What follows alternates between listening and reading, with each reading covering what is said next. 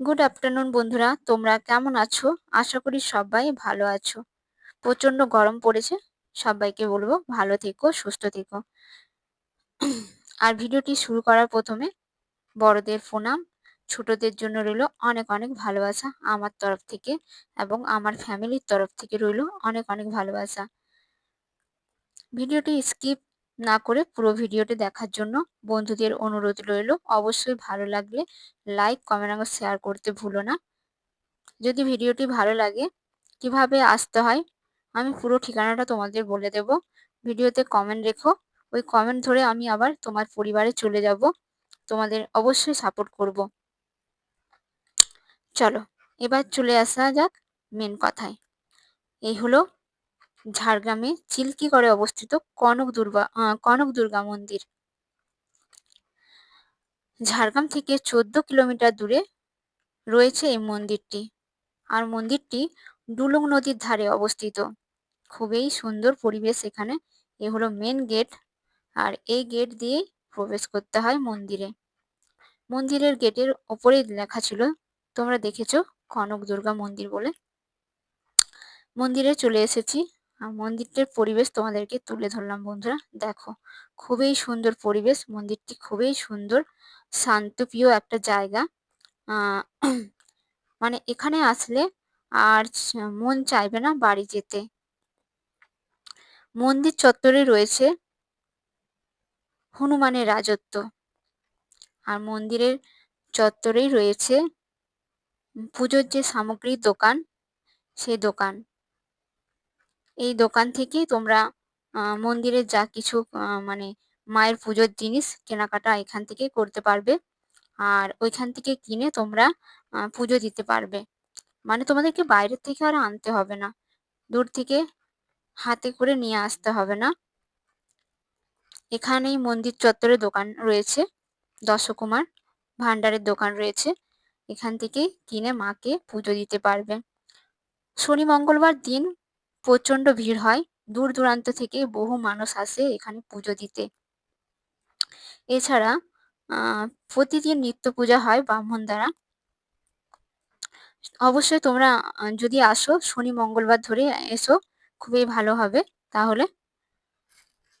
আর মন্দির চত্বরটা খুবই সুন্দরভাবে সাজানো গোছানো, দেখো। আর শীতকালে এখানে নানা রকম পাখির ডাক শোনা যায়। আর মন্দির চত্বরে মানে এত হনুমানের রাজত্ব বললেই, মানে তোমরা যদি পুজো দিতে আসো, তোমাদের যদি সঙ্গে করে নিয়ে আসো, ও তোমাদের ব্যাগ ছাড়িয়ে গাছের মধ্যে উঠে উঠে যাবে হনুমান। যা কিছু এনেছো হাত থেকে ছাড়িয়ে উপরে গাছের উপরে উঠে যাবে।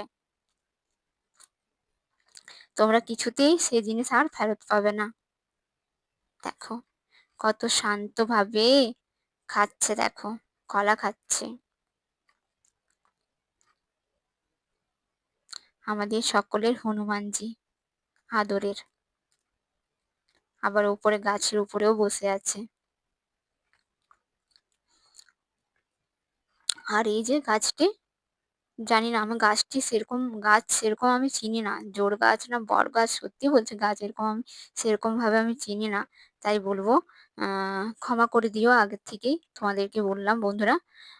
এই গাছটার মধ্যে তোমাদের মনস্কামনা পূরণের জন্য ওই যে সুতো বেঁধে দিয়ে গেছে অনেকে, তোমরাও বেঁধে দিয়ে যেতে পারো, তোমাদের পূরণ হবে অবশ্যই তোমাদের মনের ইচ্ছা। মন্দির চত্বরটা পুরোটাই তোমাদেরকে ঘুরে দেখালাম বন্ধুরা। অবশ্যই ভালো লাগলে লাইক, কমেন্ট, শেয়ার করতে ভুলো না। যেহেতু আমাদের পরিবারে একজন মারা গেছে, সেজন্য আমার 1 বছর হয়নি, সেজন্য আমি মন্দিরের ভেতরে প্রবেশ করছি না, মাকে দর্শন করছি না মন্দিরের ভেতরে, বাইরের থেকেই তুলে ধরছি কিছুটা। আর দেখো হনুমান বলেছিলাম না, কত হনুমান দেখো। খুবই সুন্দর, খুবই সুন্দর। তোমরা একবার এসে ঘুরে যেও, তোমাদের খুবই ভালো লাগবে। আমি তো ঘুরে গেলাম, তোমরা অবশ্যই একবার ঘুরে যেও। আর কিভাবে আসতে হবে আমি পুরো ঠিকানাটা তোমাদের বলে দেব। অবশ্যই যদি কমেন্ট বক্সে কমেন্ট রাখো তবেই বলা যাবে। আর দেখো আমি বললাম একজনকে যে একটা ফটোশ্যুট করে দাও বা ভিডিও শ্যুট করে দাও। আমাদের সাথে অনেকে গিয়েছিল, তাদেরকেই বললাম।